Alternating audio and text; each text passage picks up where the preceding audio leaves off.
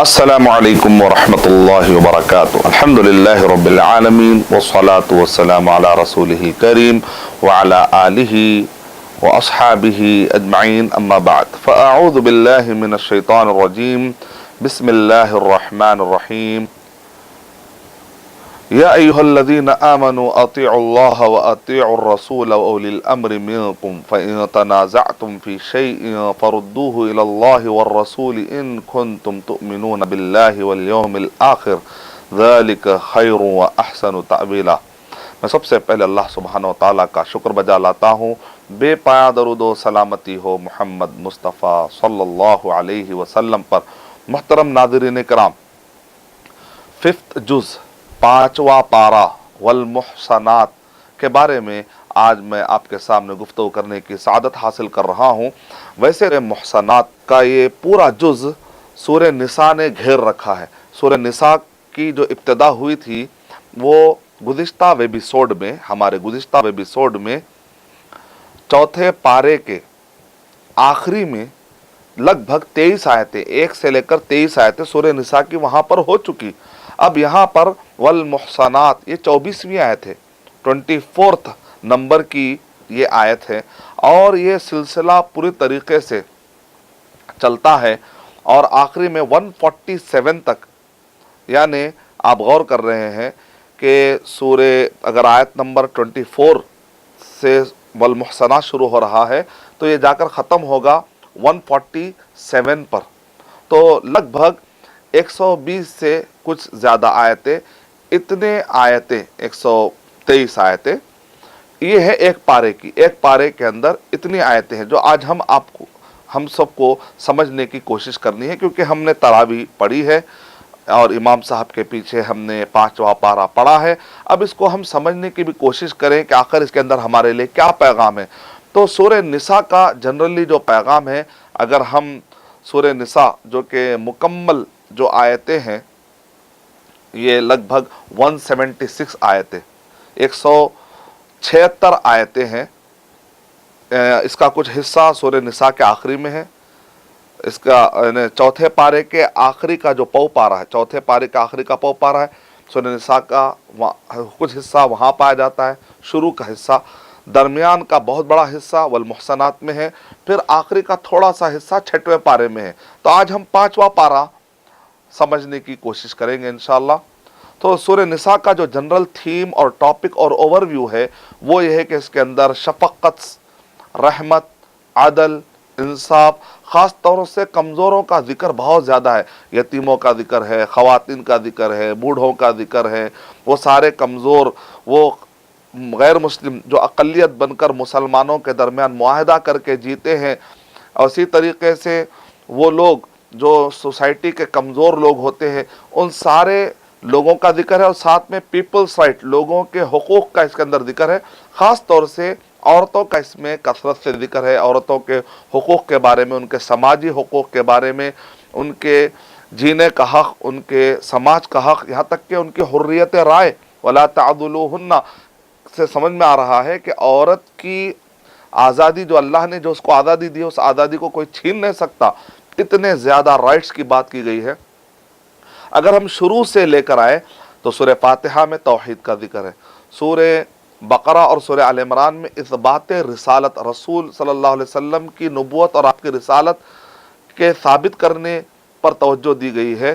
اور یہودیوں نے جو اعتراضات اٹھائے تھے، غالباً اغلب حصہ اہل کتاب کا تو ذکر ہوتا ہی ہے، نصارہ کا گاہے بگاہے کہیں ذکر آ جاتا ہے، لیکن زیادہ حصہ یہودیوں کے اعتراضات کا ہے۔ آل عمران میں کہیں نہ کہیں یہودیوں کا ذکر اہل کتاب کے ناحیے سے آ جاتا ہے، لیکن زیادہ حصہ کرسچنز کے جو اعتراضات ہوتے ہیں وہ سورہ آل عمران کے اندر ہے۔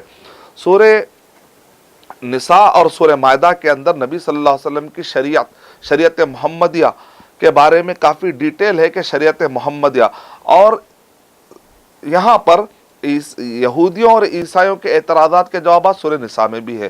یہودیوں اور عیسائیوں کے کچھ شبہات اور ان کے غلط عقائد پر رد، ابطال باطل، مائدہ کے اندر بھی ہے۔ یہ ہے ایک مکمل ایک تھیم جو ہم کو ایک لڑی میں پرو دیتی ہے۔ اور سورہ نساء کے اندر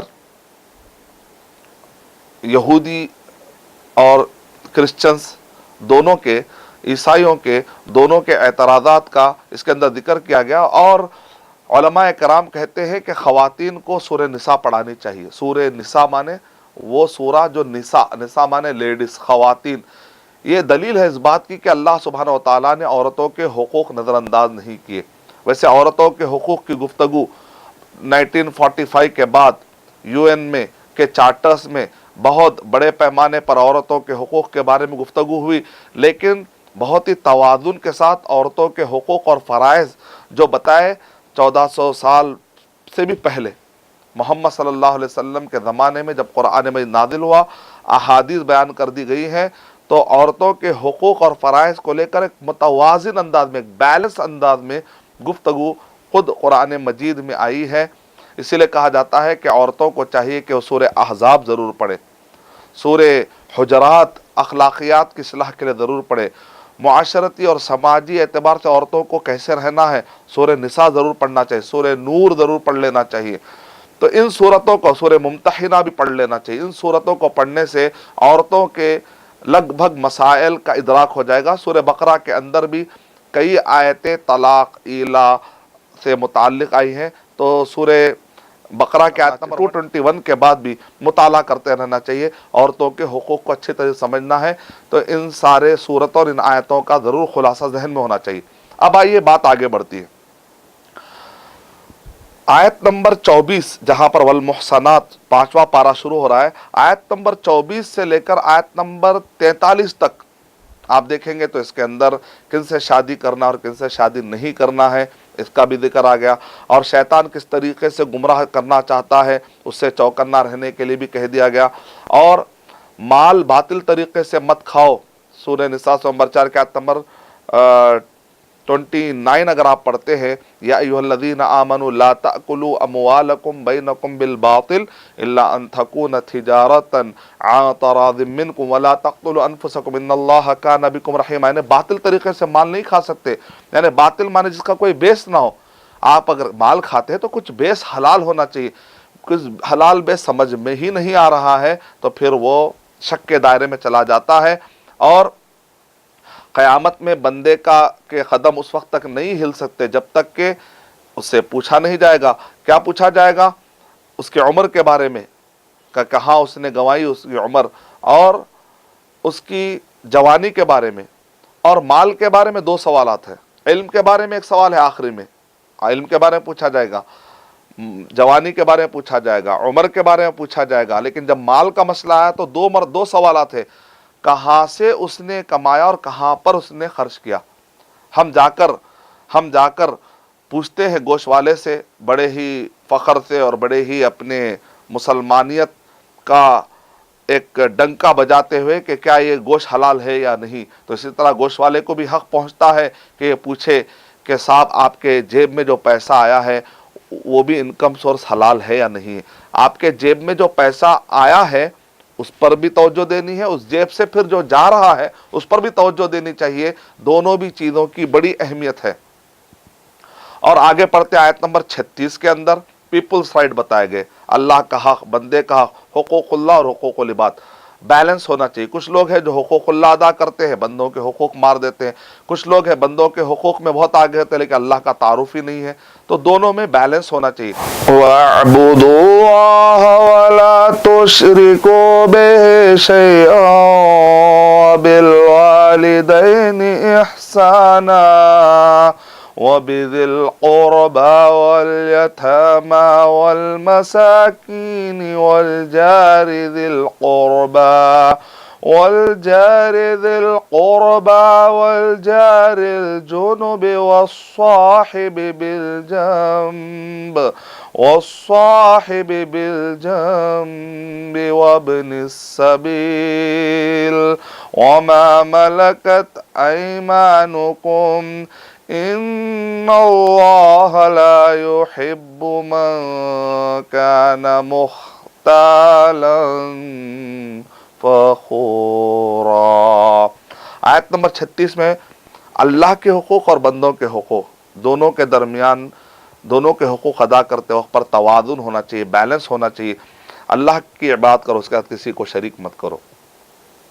اور والدین کے ساتھ حسن سلوک کرو، اور اسی طریقے سے رشتہ داروں کے حقوق ادا کرو، یتامہ، مساکین اور پڑوسی، والجار ذی القربی والجار الجنبی والصاحب بالجنب، یعنی کہ ساتھ میں رہنے والے یا کام کرنے والے، وابن السبیل، مسافر، وما ملکت ایمانکم، وہ جن کو تمہارے سیدھے ہاتھ پوزیس کرتے ہیں، یعنی وہ سارے غلام اور لونڈیاں، ان کے بھی حقوق کا خیال رکھو، ان کو بھی حقوق دیے گئے ہیں، شریعت میں ان کو بھی حقوق دیے گئے ہیں۔ اللہ سبحانہ و تعالیٰ اکڑنے والے، فخر کرنے والوں کو اللہ سبحانہ و تعالیٰ پسند نہیں کرتے، یعنی کہ اللہ سبحانہ و تعالیٰ کمزوروں کا خیال کرنے پر ابھار رہے ہیں۔ اور آیت نمبر 34 میں اللہ سبحانہ و تعالیٰ نے شوہر اور بیوی کے درمیان ایک ڈسپلن قائم کرنے کے لیے مرد کو اللہ نے ایک درجہ بلند کیا۔ درجہ بلند کرنے کا مطلب ہے کہ ایک ذمہ داری زیادہ بھی دی ہے، وہ یہ ہے قوام بنایا، یعنی ڈسپلن ہونا چاہیے کہ دونوں میں ایک گھر کو لے کر چلنے والا ایک سربراہ کون ہے، جس کا حکم ہو، جس کی اطاعت ہو، لیکن ظاہر بات ہے وہ غیر شرعی حکم نہ ہو، شریعت سے ٹکرانے والا کوئی حکم نہ ہو، کوئی ظلم والا نہ ہو۔ اور شریعت میں یہ کہا گیا کہ اگر عورتیں باہر جانا چاہتے ہیں نماز پڑھنے کے لیے کیوں نہ صحیح، وہ اپنے شوہروں سے اجازت لے، اور شوہروں سے کہا گیا کہ عورتیں اگر اجازت لے تو ان کو اجازت دے دو۔ دیکھیں آخر میں تو اجازت مل ہی رہی ہے، لیکن ڈسپلن بتایا جا رہا ہے کہ مرد کو ایک قوام کے اعتبار سے بتایا گیا ہے، اور آنر کمز وتھ ریسپانسبلٹی، جب بھی کوئی ایک مرتبہ ملتا ہے تو ذمہ داری ملتی ہے۔ تو مرد کو یہ جو قوام کا مرتبہ ملا، یہ فخر کے لیے، غرور کے لیے یا عورت پر بڑھوتری کے لیے نہیں ہے، بلکہ مرد پر ایک ذمہ داری ہے، وہ ہے فائنانشل ریسپانسبلٹی، مال کمانے کی ریسپانسبلٹی، یعنی کہ مرد پر ذمہ داری ہے گھر چلانے کی، مالی اعتبار سے گھر میں مال لانا، پیسہ لانا، گھر گرہستی چلانا، یہ عورت کی ذمہ داری نہیں ہے۔ اگر کوئی عورت ذمہ داری اٹھاتی ہے، مدد کرتی ہے شوہر کی، پیسہ کمانے کے لائق ہوتی ہے، اللہ تعالیٰ برکت دیتا ہے، اور وہ اگر مدد کرتی ہے تو اس کا حسن سلوک ہے، لیکن ذمہ داری نہیں ہے۔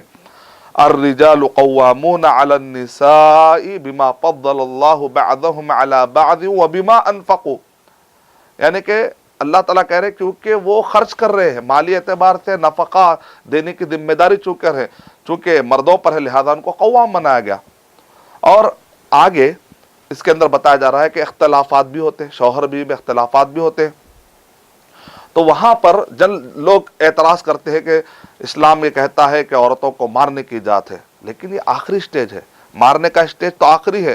قرآن مجید میں یہ جواز کے طور پر آیا ہے، اور نبی اکرم صلی اللہ علیہ وسلم نے کہا اکرہ، صحیح بخاری کے الفاظ، صحیح مسلم کے الفاظ پڑھتے ہیں تو اس میں بتایا گیا اکرہ، میں ناپسند کرتا ہوں کہ آدمی عورت کو مارے، پھر اس عورت ہی کے ساتھ پھر جنسی تعلقات یا جماع کرتا ہے، تو یہ کیسے ہو سکتا ہے؟ تو نبی اکرم صلی اللہ علیہ وسلم نے کہا اکرہ، ناپسند کرتا ہوں، یعنی کہ جائز قرار دیا گیا ہے، لیکن وہ ناپسندیدہ ہے، مکروہ ہے، اس اعتبار سے، لغوی اعتبار سے یہ مکروہ ہے، یعنی ناپسندیدہ عمل ہے۔ اجازت ہوتی ہے اس وقت پر کہ ایک عورت کو طلاق پڑ رہی ہے، اس کو بے گھر کیا جا رہا ہے، اب وہ عورت کہاں جائے گی، تو بہتر ہے کہ اس کو سدھار کر، اگر کچھ ضرب کی نوبت آ جاتی ہے، مارنے کی نوبت آ جاتی ہے، تو وہ لاسٹ ریسورٹ یا لاسٹ ایک سٹیج ہے۔ پہلے کیا کرنا چاہیے؟ فَعِظُوهُنَّ، نصیحت کرو کہا گیا، وَاهْجُرُوهُنَّ فِي الْمَضَاجِعِ،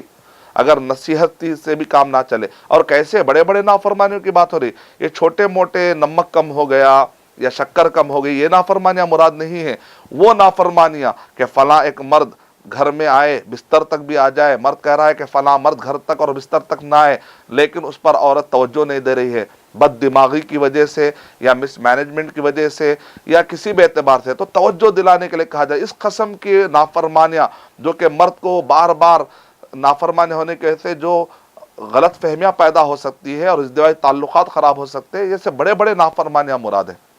نشود آیا ہے، عصیان کا ورڈ نہیں آیا، اور نبی اکرم صلی اللہ علیہ وسلم نے کہا بھی مارنا ہے تو اس میں یاد رہے ضربن غیر مبرحن، کہ اس میں کوئی زخم نہیں آنا چاہیے، شروعات تو پہلے نصیحت سے ہونی چاہیے، بعد میں بستر الگ کر دو، اس کے بعد ضرب کا، یعنی آگے بہت آگے چل کر جب کوئی بات نہیں بنی تو ضرب کی اجازت دے رہے، وہ بھی اتنے کنڈیشن لگا کر کہتے ہیں کہ اگر آپ ایسا ماریں گے اور بغل نظر آئے تو ویسا بھی نہیں، یہاں تک کہ کوڑے جو برسائے جاتے ہیں ان کو تک کہا جا رہا ہے، یعنی حدود و تعزیرات میں جب جلات کوڑے برسایا تھا تو اس کو بھی ایسے ہی مارنے کا حکم ہے، بغل بھی نہیں دکھنا ہے۔ تو آپ اندازہ لگائیے، تو مار کے کئی معنی آتے ہیں، آپ ایسے مارتے ہیں، یہ بھی مار ہے، چہرے پہ آپ مارنا حرام ہے، سر پہ مار رہے ہیں، نازک جگہوں پہ مار رہے ہیں، ایسی جگہ پہ مار رہے ہیں جس کی وجہ سے عورت مر رہی ہے یا بیمار ہو جا رہی ہے یا زخم آ رہا ہے یا اس سے خون نکل رہا ہے، یہ سب گناہ والے کام ہیں۔ تو مار، اس کو بھی مار کہتے ہیں۔ تو جس سے کہ عورت کو سمجھ میں آتا ہے میرا شوہر مجھے ایسا کر رہا ہے، تو مطلب نکلا کہ شاید ناراض ہے، بس اس کو بھی مار کہتے ہیں۔ آپ نے یہ کیوں سمجھ لیا کہ مار کا مطلب ہوتا ہے کہ بے تحاشا مار، انتقام والی مار، زخم والی مار؟ تو اس کو خواہ کے ایشو بنایا جا رہا ہے۔ اگر اس کو صحیح کانٹیکس میں پڑھا جائے تو پھر ایسے کوئی اعتراض والی بات ہی نہیں ہوتی، اور اس کو ناپسند کیا گیا ہے، ریئر استعمال کرنے کے لیے کہا گیا۔ نبی اکرم صلی اللہ علیہ وسلم نے اپنی پوری زندگی میں نہ بچوں کو مارا، نہ اپنے عورتوں کو مارا۔ تو جو لوگ دفع شدید کا ذکر آیا لیکن مارنے کا ذکر کہیں پر بھی نہیں آیا۔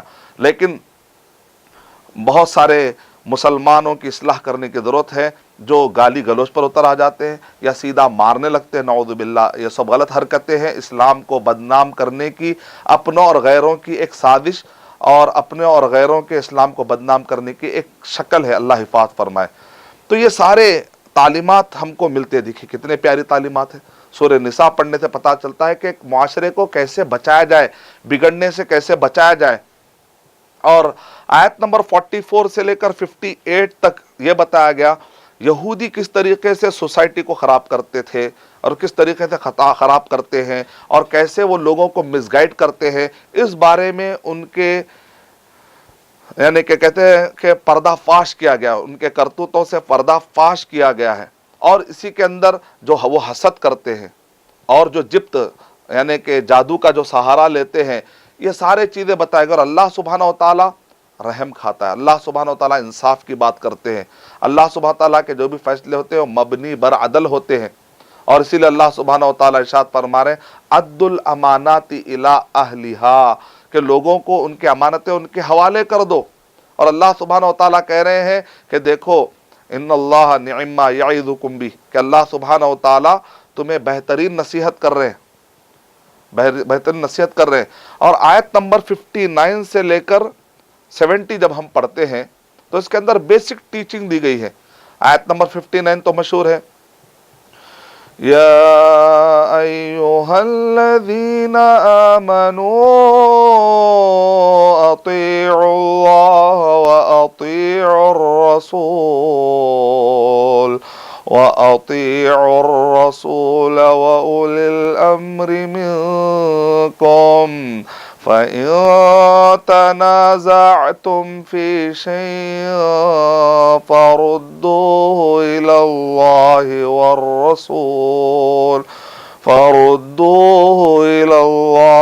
وَالرَّسُولِ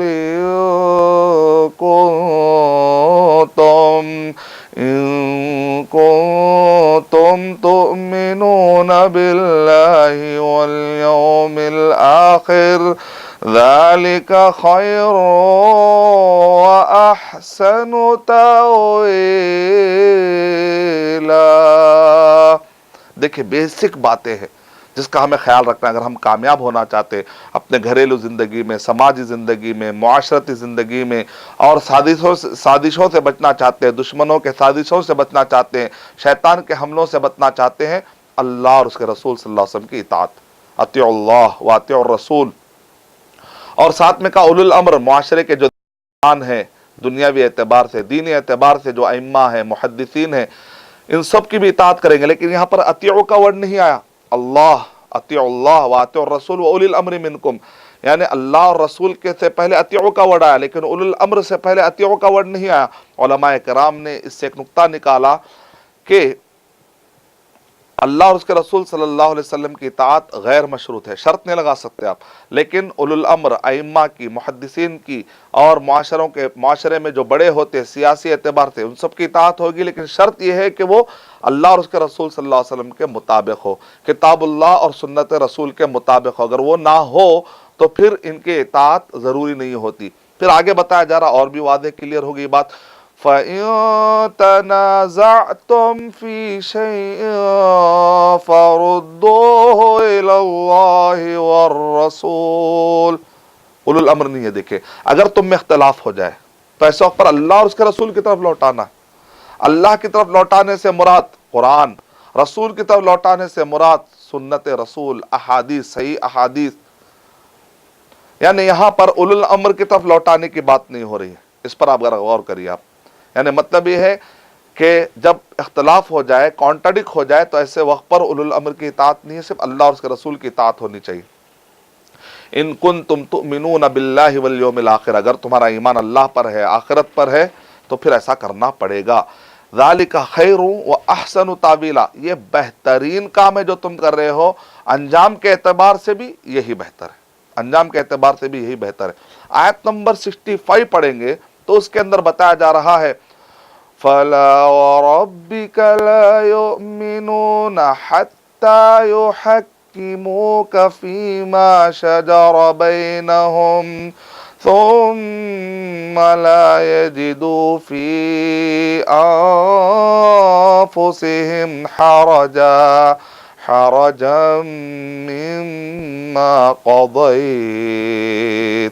مما قضيت ويسلموا تسلیما.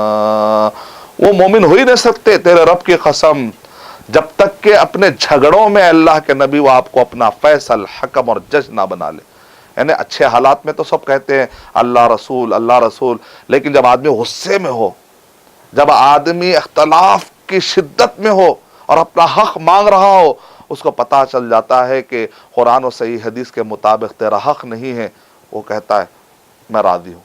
یہ شدت، غصے اور ٹف کنٹرول ہوتا ہے. اس وقت پر بھی اگر وہ اللہ اور اس کے رسول صلی اللہ علیہ وسلم کی عزت کرنے والا بن جاتا ہے، مطلب بندہ کامیاب ہے، اس کے ایمان کے تکمیل اور اس کے اگزام کے کامیابی کی دلیل مل گئی. آیت نمبر 70 میں اور اچھی بات کہی گئی وَمَن يُطِعِ اللَّهَ وَالرَّسُولَ فَأُولَئِكَ مَعَ الَّذِينَ أَنْعَمَ اللَّهُ عَلَيْهِمْ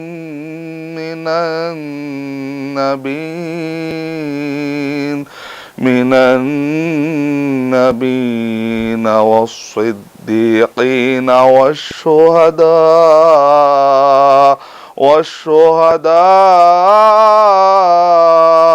والصالحين وحسن أولئك رفيقا. اللہ اور اس کے رسول صلی اللہ علیہ وسلم کی اطاعت کریں گے تو اللہ سبحانہ تعالیٰ کہہ رہے انعام والوں کے ساتھ تمہارا شمار کر دیا جائے گا. کون ہے وہ انعام پانے والے؟ نبیین، صدیقین، شہداء، صالحین. یہ بہترین رفاقت ہے ان لوگوں کو ملے گی جو اللہ اور اس کے رسول صلی اللہ علیہ وسلم کی اطاعت کریں گے. اب آیت نمبر 71 سے لے کر 94 تک بتایا گیا.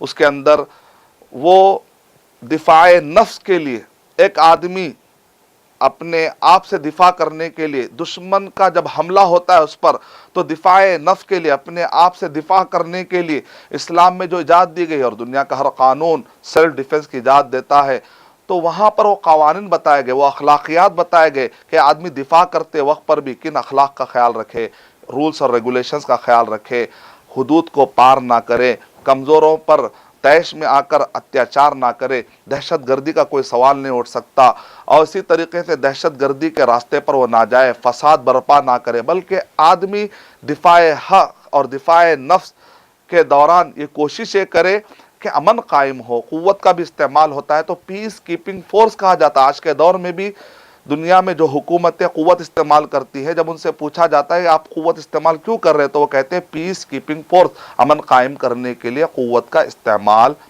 کرتے ہیں. اور اسی طرح ہر حکومت آفیشل لیول پر قوت کا استعمال کرتی ہے تاکہ ڈاکوؤں کو، چوروں کو اچکنے کا موقع نہ ملے. پولیس اسٹیشن قائم کیا آتا ہے، اور ایک جوڈیشری، ایک لا اور باقاعدہ ایک سسٹم قائم کیا آتا ہے، فورس استعمال کیا آتا ہے. تو اسلامی حکومتیں بھی آفیشل لیول پر جب فورس کا استعمال کرتے ہیں تو حکومتی سطح پر حاکم کے لیے اجازت ہوتی ہے کہ وہ بھی شر پسندوں کو، فسادیوں کو روکنے کے لیے فورس کا استعمال کرتا ہے۔ تو اس میں کوئی لاجیکل والی بات نہیں ہے، بلکہ بڑی لاجیکل والی بات ہے کہ ایک حکومت کو پاور کا اور فورس کا استعمال کرنا پڑتا ہے تاکہ معاشرے کے اندر سے فساد کرنے والے، شر پھیلانے والے ایلیمنٹس، جو سوشل اینٹی سوشل ایلیمنٹس ہوتے ہیں، ان کو دور کرنے کے لیے ضروری ہو جاتا ہے۔ اور لیکن عام آدمی قانون کو اپنے ہاتھ میں نہیں لے سکتا۔ اجتماعی مسئلوں میں آدمی انفرادی رائے دینے سے بچے، اسی لیے کہا گیا سورہ نساء سورہ نمبر 4 کے آیت نمبر 83 میں وَإِذَا جَاءَهُمْ أَمْرٌ مِّنَ الْأَمْنِ أَوِ الْخَوْفِ أَذَاعُوا بِهِ، جب بھی کوئی امن والی یا خوف کی بات آتی ہے تو اڑا دیتے، ایسا نہیں اڑانا چاہیے۔ وَلَوْ رَدُّوهُ إِلَى الرَّسُولِ وَإِلَىٰ أُولِي الْأَمْرِ مِنْهُمْ، کہ نبی صلی اللہ علیہ وسلم کے زمانے میں کچھ لوگوں نے ایسا کیا تو کہا کیوں نہیں وہ لوگ رسول کی طرف لے جاتے، اتھارٹی یعنی آپ کے ایریے کے جو حاکم ہوتے ہیں، جو سربراہ ہوتے ہیں، ان تک لے جا کر بات پہنچاتے۔ گلی گلی افواہ پھیلانے سے فساد برپا ہوتا ہے، انفرادی رائے دینے سے فساد برپا ہوتا ہے۔ جو اتھارٹی ہوتی ہے اور جو ذمہ داران ہوتے ہیں، ان تک بات لے جانے سے معاملہ دبتا ہے اور صحیح طریقے سے شر پسندوں کو ایک راہ دکھائی جاتی ہے اور معاشرے میں معصوموں کی حفاظت ہوتی ہے۔ دیکھا آپ نے کتنا بڑا فائدہ ہے۔ اس طریقے سے ایک سسٹم بتایا جا رہا ہے، یعنی کہ فورس کا استعمال بھی کیسے کرنا چاہیے۔ اس کا مقصد دہشت گردی نہیں، اس کا مقصد فساد نہیں، بلکہ فساد کا خاتمہ ہے، امن کا قیام ہے۔ یہ سارے مسائل گفتگو میں آ رہے ہیں۔ اور آیت نمبر 95 سے لے کر آیت نمبر 104 میں پھر یہ بتایا گیا کہ وہ مورلز کیا ہونے چاہیے، وہ اخلاقیات کیا ہونے چاہیے، جو دفاع نفس کے دوران آدمی اپنا دفاع کرتے ہوئے، قتال کے دوران، جہاد کے دوران، جنگ کے دوران کن کن اخلاقیات کا خیال کرنا ہے تاکہ کسی معصوم پر اور مظلوم پر اس دوران بھی اتیاچار نہ ہو۔ آیت نمبر 105 سے لے کر 135 کے درمیان بھی بہت پیاری پیاری باتیں ہمیں ملتی ہیں۔ مثال کے طور پر آیت نمبر 115 میں یہ بتا دیا گیا جو نبی اور صحابہ کے راستے سے ہٹ کر چلتے ہیں اور جو شرک کرتے ہیں وہ دراصل شیطان کے راستے پر جا رہے ہیں۔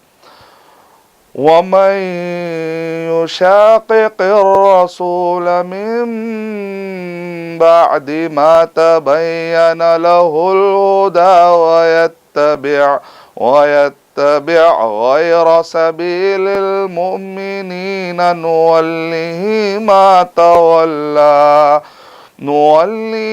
مَا تَوَلَّىٰ وَنُصْلِهِ جَهَنَّمَ وَسَاءَتْ مَصِيرًا إِنَّ اللَّهَ لَا يَغْفِرُ أَن يُشْرَكَ بِهِ وَيَغْفِرُ مَا دُونَ ذَلِكَ لِمَن يَشَاءُ وَمَن يُشْرِكْ بِاللَّهِ فَقَدْ ضَلَّ ضَلَالًا بَعِيدًا إِن يَدْعُونَ مِن دُونِهِ إِلَّا إِنَاثًا وَإِن يَدْعُونَ إِلَّا شَيْطَانًا مَرِيدًا لَّعَنَهُ اللَّهُ وَقَالَ لَأَتَّخِذَنَّ مِنْ عِبَادِكَ نَصِيبًا مَفْرُوضًا وَلَأُضِلَّنَّهُمْ وَلَأُمَنِّيَنَّهُمْ وَلَآمُرَنَّهُمْ فَلَيُبَتِّكُنَّ آذَانَ الْأَنْعَامِ وَلَآمُرَنَّهُمْ فَلَيُغَيِّرُنَّ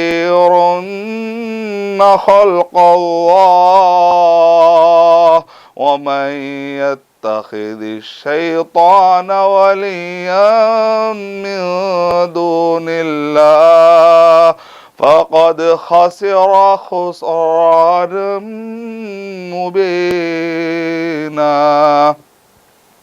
يَعِدُهُمْ وَيُمَنِّيهِمْ وَمَا يَعِدُهُمُ الشَّيْطَانُ إِلَّا غُرُورًا أُولَٰئِكَ مَأْوَاهُمْ جَهَنَّمُ جهنم ولا يجدون عنها محيصا۔ آیت نمبر 115 میں نبی اور صحابہ کے راستے سے ہٹ جائیں گے تو آدمی اسی راستے سے جہنم میں چلا جائے گا۔ آیت نمبر 116 میں ہے جو شرک کرتا ہے اللہ سبحانہ تعالیٰ کہہ رہے ہو کہ دور کی گمراہی میں جا پڑتا ہے، اور اللہ تعالیٰ آدمی کے شرک کو معاف نہیں کرتا۔ آدمی اگر اسی حالت میں مر گیا، اس نے توبہ نہیں کی تو اللہ سبحانہ تعالیٰ معاف نہیں کرتا۔ اس کے علاوہ اگر کوئی ہے تو اللہ چاہے تو معاف کر سکتا ہے، بندہ اگر توبہ بھی نہ کر کے مر جائے لیکن اللہ تعالیٰ معاف کر سکتا ہے، لیکن شرک کرتا ہے اور توبہ نہیں کرتا ہے تو اس کو کوئی بچانے والا نہیں ہے۔ دراصل یہ لوگ شیطان مرید کے راستے پر چل رہے، اللہ لعنت کرے۔ اور شیطان نے اللہ تعالیٰ سے کہا تھا کہ میں تیرے بندوں میں سے کچھ کو لے کر رہوں گا جو شرک کرتے ہیں، نبی اور صحابہ کے راستے سے ہٹتے ہیں، وہ شیطان کے راستے پر جاتے ہیں، من مانے انداز میں قرآن کی تفسیریں کر دیتے، اللہ حفاظت فرمائے۔ اور شیطان کے جو وعدے ہیں وہ سچے نہیں ہوتے۔ اللہ تعالیٰ کہہ رہے ہیں کہ آخری میں جہنم لے جائے گا اور پھر جہنم سے کوئی بچانے والا نہیں ہوگا۔ تو یہ ساری باتیں آیت نمبر 105 سے لے کر 135 کے درمیان بہت کھلے واضح انداز میں اللہ سبحانہ و تعالیٰ نے ہم کو سمجھایا ہے۔ آیت نمبر 150 سے لے کر 170 تک اگر ہم پڑھتے ہیں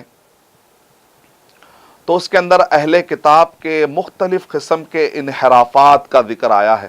اہل کتاب کس طریقے سے انحراف کرتے ہیں اور ان کے کیا کیا کمزوریاں تھی جس کی وجہ سے ان کو سبکدوش کیا گیا، ان کو سیادت سے قیادت سے نکالا گیا، ان کی فضیلتیں چھین لی گئی، اور اس کے بعد بنی اسماعیل میں محمد صلی اللہ علیہ وسلم کو اللہ تعالیٰ نے اور اس امت محمدیہ کو اللہ تعالیٰ نے بڑی عزت دی ہے، اور کیوں قیادت چھین لی گئی، ان کے کمزوریوں کا ذکر ہوا، اور انہوں نے جو بھی اللہ سبحانہ و تعالیٰ پہ افتراءات باندھے ان سارے چیزوں کا بہرحال ذکر ہوا۔ منافقوں سے دور رہنے کے لیے کہا گیا، یہ سارے مسائل کا ذکر آتا ہے۔ آیت نمبر 171 سے لے کر 176 تک اگر آپ پڑھتے ہیں، یعنی اس کے بعد تقریباً ایک دوسرا پارہ شروع ہو رہا ہے، اور 6ویں پارے میں بھی ہم جا رہے ہیں۔ کچھ حصہ ہم اس لیے لیتے ہیں تاکہ بڑی مناسبت ہے۔ تو اس کے اندر اللہ سبحانہ و تعالیٰ نے اہل کتاب کو کہا کہ تم غلو سے بچو، شرک سے بچو،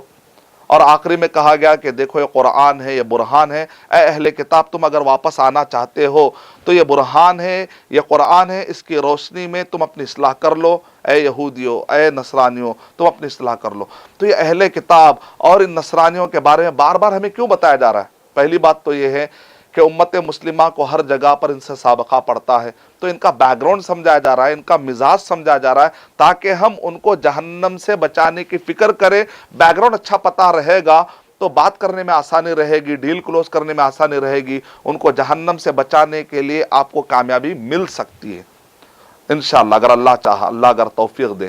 اور اسی طریقے سے کس طریقے سے تاریخ میں انہوں نے نبیوں کو ستایا، یہ بھی پتہ ہونے سے نبی اکرم صلی اللہ علیہ وسلم کو، صحابہ کرام کو بھی تسلی ہو رہی ہے، اور اگر کہیں پر مسلمان ان سے کچھ تکلیف اٹھاتے ہیں تو ان کو بھی تسلی ہوتی ہے کہ بھئی تاریخ میں بھی ایسا انہوں نے کیا ہے۔ ضروری نہیں کہ آپ کے برے ہونے کی وجہ سے ہی سامنے والا ستائے، بعض اوقات سامنے والا بھی شرارت میں مبتلا ہو جاتا ہے، شیطانی حرکتیں کرنے لگتا ہے، نتیجے میں آپ کو ستاتا ہے۔ تو اتنے زیادہ آپ سینسیٹیو نہ بنے کہ شاید میری وجہ سے کچھ ہو رہا ہے، میری وجہ سے کچھ ہو رہا ہے، اتنا بھی زیادہ اوور ریاکٹ کرنے کی ضرورت نہیں ہے۔ سمجھ جانا چاہیے کہ دنیا میں کچھ قومیں ہوتی ہیں جو شرارت کرتی ہیں، تو کچھ قوموں کے بارے میں، پورے نہیں، پورے اہل کتاب نے، کچھ اہل کتاب، کیونکہ اچھے اہل کتاب کی تعریف بھی آئی ہے، جو لوگ مان لیتے ہیں، جو لوگ خاموش رہتے ہیں، جو معصوم ہیں، جو انوسنٹ ہیں، ان کے بارے میں قرآن مجید نے اچھے طریقے سے ان کا ذکر کیا ہے، لیکن وہ جو دشمنی پر آتے، وہ جو شرارت کرتے، ان اہل کتاب کے بارے میں گفتگو ہو رہی ہے کہ ان سے کس طرح سے چوکنا رہنا ہے۔ تو یہ دونوں بھی واضح طور پر تصور کرتے ہوئے کلیئر بات ہونی چاہیے۔ آیت نمبر 171 میں اللہ تعالیٰ نے کہا، یا اہل الکتاب لا تغلوا فی دینکم ولا تقولوا علی اللہ الا الحق انما المسیح عیسی ابن مریم رسول اللہ وکلمتہ القاها الى مریم وروح من فآمنوا باللہ ورسولہ ولا تقولوا ثلاثہ انتہوا خیرا لکم انما اللہ الہ واحد سبحانہ ان یکون لہ ولد لہ ما فی السماوات وما فی الارض وکفا باللہ وکیلا۔ اہل کتاب غلو مت کرو، حق بات کہو، اللہ پر جو بھی بات کر رہے ہو حق بات کہو، عیسیٰ علیہ الصلوۃ والسلام تو مریم علیہ الصلوۃ والسلام کے بیٹے، اللہ کے رسول ہیں. وہ ایک کلمہ ہے کن فیکون، جس کے کہنے سے اللہ سبحانہ تعالیٰ نے بغیر باپ کے پیدا کیا. اس سے پہلے آدم علیہ الصلوۃ والسلام کو دوسری آیتوں میں بتایا گیا کہ بغیر ماں اور باپ دونوں کے پیدا کیا، اور حوا علیہ الصلوۃ والسلام تو مرد سے نکل رہے ہیں. تو میراکلس برتھ کی وجہ سے اتنا متاثر نہ ہو جائے کہ تم خدا سمجھنے لگو. تو دوسری آیتوں کے پڑھنے سے پتہ چلتا ہے. یہاں پر بھی اللہ سبحانہ تعالیٰ کہہ رہے ہیں وہ ایک کلمہ ہے جو کن فیکون کہنے کی وجہ سے، اللہ سبحانہ تعالیٰ کے اس فیصلے کی وجہ سے، بغیر اللہ محتاج نہیں ہے کہ مرد ہی سے پیدا کرے. اللہ تعالیٰ نے مریم علیہ الصلوۃ والسلام کی کرامت اور ان کی عظمت کے بغیر کسی شوہر کے، مریم علیہ الصلوۃ والسلام نے ایک بہترین بیٹا، انہوں نے ایک ولادت، اللہ تعالیٰ نے ان کو بچے سے نوازا. اور اللہ سبحانہ تعالیٰ کہہ رہے ہیں القاها الی مریم وروح من، اور اللہ سبحانہ و تعالیٰ کی طرف سے، اللہ کے حکم سے ایک روح آئی اور بچہ پیدا ہوا. تو یہ اللہ کے فیصلے کی طرف سے تھا. روح من فآمنوا باللہ ورسولہ، تو تم اللہ پر اور اس کے رسول پر ایمان لاؤ. ولا تقولوا ثلاثہ، ڈونٹ سے ٹرینٹی، تم تین ملا کر ایک ہے خدا، یہ تصور مت رکھو. خالص عقیدہ رکھو جو سورہ اخلاص میں ہے، خالص توحید ہونی چاہیے. قل هو اللہ احد، ایک کا مطلب ایک ہی ہوتا ہے، تین ملا کر ایک کیسے ہوتا ہے؟ کون سی میتھس پڑھی ہے تم نے؟ ولا تقولوا ثلاثہ انتہوا خیرا لکم، اس سے رک جاؤ، یہی تمہارے لیے بہتر ہے. انما اللہ الہ واحد، اللہ تو ایک ہی ہے. سبحانہ، پاک ہے وہ ذات. انا یکون لہ ولد، کہاں سے اس کے لیے لڑکا ہوگا؟ لہو ما فی السماوات و ما فی الارض، آسمانوں اور زمین میں جو کچھ بھی ہے سب اللہ تعالیٰ اس کا مالک ہے. وہ اللہ تعالیٰ کا حصہ نہیں ہے، وہ اللہ تعالیٰ کا بیٹا یا اللہ تعالیٰ کا حصہ بنانے کی کوشش مت کرو، وہ سب مخلوقات ہیں. لہو ما فی السماوات و ما فی الارض وکفی باللہ وکیلا، اور اللہ سبحانہ تعالیٰ کارساز ہے. تو یہ بہترین آیتیں ہیں. اس پر غور و تدبر کرنے سے ہم کو عیسائی حضرات کو بھی اسلام سمجھانے اور ان کا بیک گراؤنڈ سمجھ کر ان کو جہنم سے بچانے کی ہم فکر کر سکتے ہیں. میں اللہ تعالیٰ سے دعا کرتا ہوں کہ اللہ سبحانہ و تعالیٰ ہمیں ان آیتوں پر غور و فکر کر کے اپنا ایمان پہلے صحیح کرنے، اپنا عمل صحیح کرنے اور دوسروں کو دعوت اور اصلاح کا کام کرنے کے لیے ہمیں توجہ دینے کے اللہ توفیق عطا فرمائے. آمین. وآخر دعوانا الحمد للہ رب العالمین. السلام علیکم ورحمۃ اللہ وبرکاتہ.